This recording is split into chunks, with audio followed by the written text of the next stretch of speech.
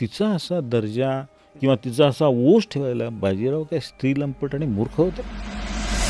शनिवारवाड्यामध्ये जो मस्तानी महाल आहे, जो आज आपल्याला दिसत नाही, जो दुसऱ्या बाजीरावांनी कधीच पाडून टाकला, त्या मस्तानी महालाविषयी ते नोंद देतात, म्हणजे त्याची माहिती देतात. ते काय म्हणतात, थोरले शमशेर बहादूर याची मातुश्री म्हणजे मस्तानी कौर, तिचं निमित्त स्वतंत्र हवेली क्रीडास्थान केले, म्हणजे त्यांच्यासाठी हवेली बांधली.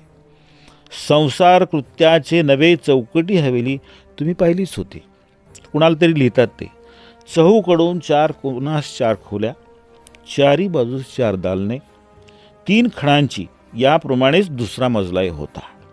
तिसरा गच्चीमधील चौक प्रथम खुलाच होता, अलीकडे तो पाडून माझघर केले.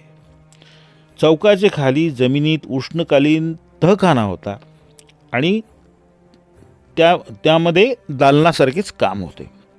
4ही दालनातून 2-2 खिडक्या हवेकरता होत्या.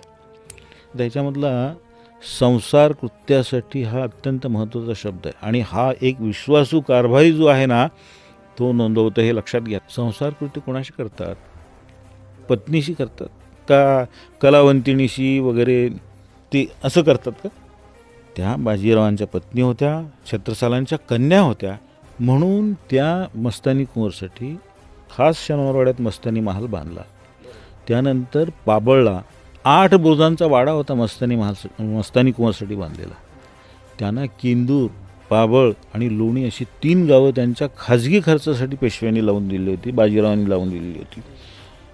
मला सांगा, एखादी कलावंती किंवा नाटकशाळा, तिचा असा दर्जा किंवा तिचा असा ओझ ठेवायला बाजीराव काय स्त्री लंपट आणि मूर्ख होते?